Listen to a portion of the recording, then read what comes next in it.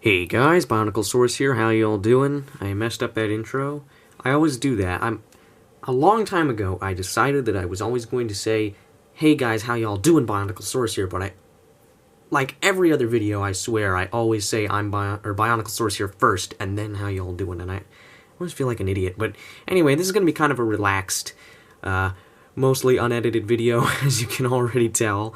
Not a proper review, but as you can tell by the title, just my thoughts on video. Don't really think I'm going to be doing many of these because there aren't too many figures out there to warrant it, but I didn't really feel like doing a proper review for this particular figure here, which is the new CollectA Hunting T-Rex, relatively new anyway. I just got my hands on it relatively recently.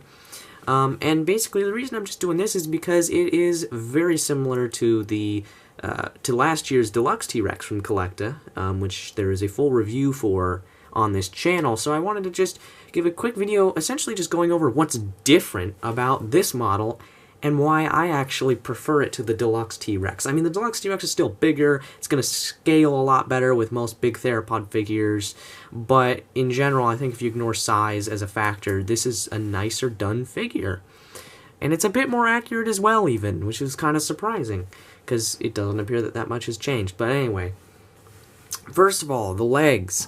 I always felt that, like, the middle section of the triple bent leg, the calf, I guess it would be, and the shin, this whole lower leg, was a bit thin and a bit short on the big T-Rex, on the big deluxe figure, and that this third joint, which is technically part, or this third segment of the triple bent leg, which is technically part of the foot, I believe, was always a bit long and lanky, and I feel like the legs are a bit more robust looking on this figure, and just the proportions look better, in my opinion anyway.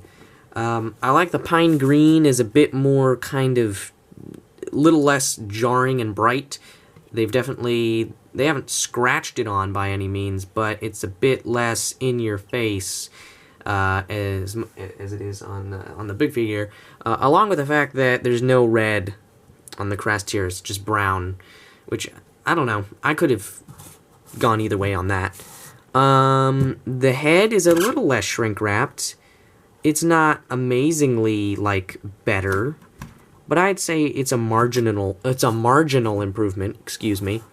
The base is an improvement, because it has a lot of different footprints and plants and stuff molded on it. None of it is painted, but still looks nice. There's some black striping along the tail and a bit of black splotching on the body, which is actually reminiscent of the coloration of the baby T-Rex. And because this looks more adult, but lacks some of the adult coloration and actually has some of the baby's coloration, or the juvenile's coloration, excuse me, I think this probably represents a subadult, and size-wise it works pretty well in between the tiny T-Rex and the big deluxe one, actually. And perhaps later in this video, perhaps before I go at the end, I'll get them all out for a comparison. But the tail is a little shorter and a bit less bendy, looks a hell of a lot better. One of the only major accuracy issues with the other figures, his tail is too long and too curvy, and this one pretty much solves that. It's still maybe a little long and a little bit bendy, but it's a lot better. It's hard to complain about this, honestly, because it's a big improvement. I actually prefer the pose. I mean, I don't know. It's not like either of the poses are all that incredible or all that different from each other. They're just sort of walking poses, I guess. But this one just looks a bit more fluid, a bit more natural, and just all around a little nicer.